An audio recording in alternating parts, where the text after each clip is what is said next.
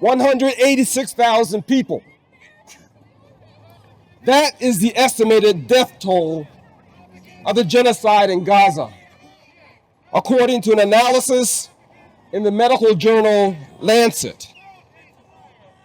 The peer-reviewed medical journal arrives at this horrific figure by taking into account that many tens of thousands have died, not just in the endless bombardment, but from famine, disease, lack of basic social medical care, and other consequences of Israel's war crimes. 186,000 men, women, and children, of an approximately 8% of Gaza's pre-war population. Every day, there are new atrocities. Just yesterday, a massive missile strike in southern Gaza killed at least 90 people, including children. And I might add, 8% of the American population would equate 26 million people. This is massive. Millions of people have participated in protests against this horrific crime. Many Jewish people have taken to the streets, outraged of its criminal actions, of the Netanyahu government claims that they represent Jews. And how do the defenders of Israel respond? The charge of anti-Semitism.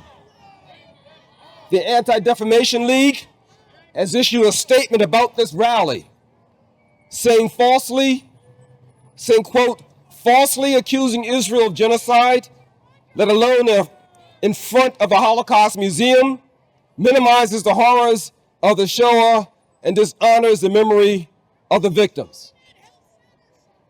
This accusation of anti-Semitism is a foul slander used by Israel and its defenders to justify the most horrific crimes. That is now directed against the protests organized by Rene Lichtman, a Holocaust survivor, is absolutely obscene. Do you know what dishonors the memory of the victims of the Holocaust? Supporting the genocide in Gaza. As for such a protest in front of the Holocaust Museum, what better place is there to hold a protest against genocide? Never again means never again can a crime of such magnitude as the Holocaust be committed not only against the Jewish people, but against anyone. The Netanyahu government is the author of these crimes, but nothing could be done without the support of the major capitalist powers, above all, the United States. Just 10 days from today, Netanyahu will be in Washington to give his progress report on the genocide in Gaza to the U.S. Congress. The assembled senators, representatives, Democrats, and Republicans will rise to their feet and applaud. There is not a single bomb that could be dropped on Gaza, not a single building destroyed or child murdered without the financial, political, and military support of American imperialism and both its parties, the Democrats and the Republicans. They back the genocide because they see it as part of a global war waged in the interest of the capitalist ruling class.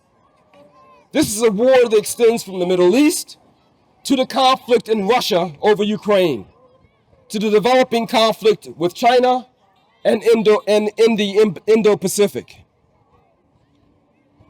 Now, there has been much talk in recent weeks of the senility of Biden, the President of the United States.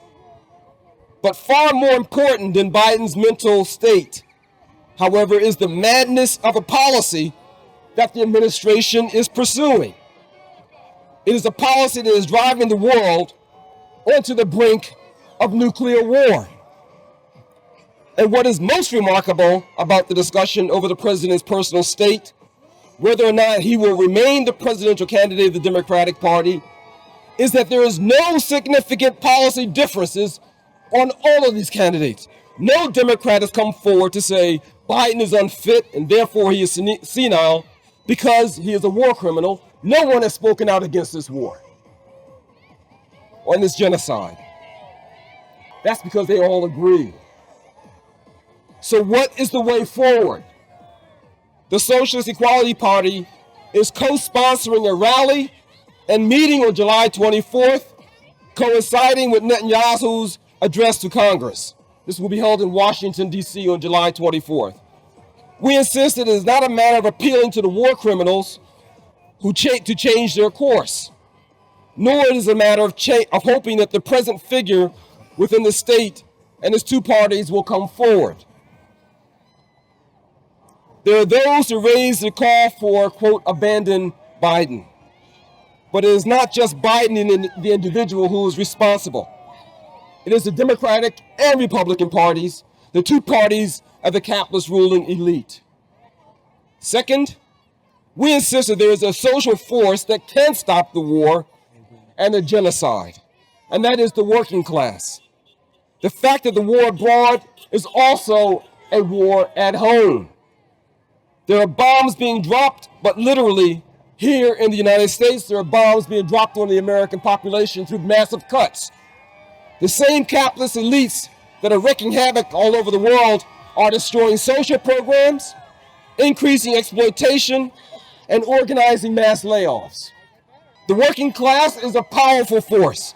It must be liberated from the shackles of the two-party system and free from the control of a corporate trade union apparatus. The third point we make is that the fight against the war must be international. Capitalism is driving mankind towards catastrophe. A society run by a handful of billionaires on the basis of profit. The alternative is socialism. That is a society run by the working class, in the interest of the working class, a society based on equality, peace, and the international brotherhood of man. With that, I thank you very much, brothers and sisters, for allowing me to speak. Please come to the demonstration on July 24th. Rene has endorsed that demonstration in Washington, D.C. Take a stand, but we're calling for a break with both political parties. Thank you very much.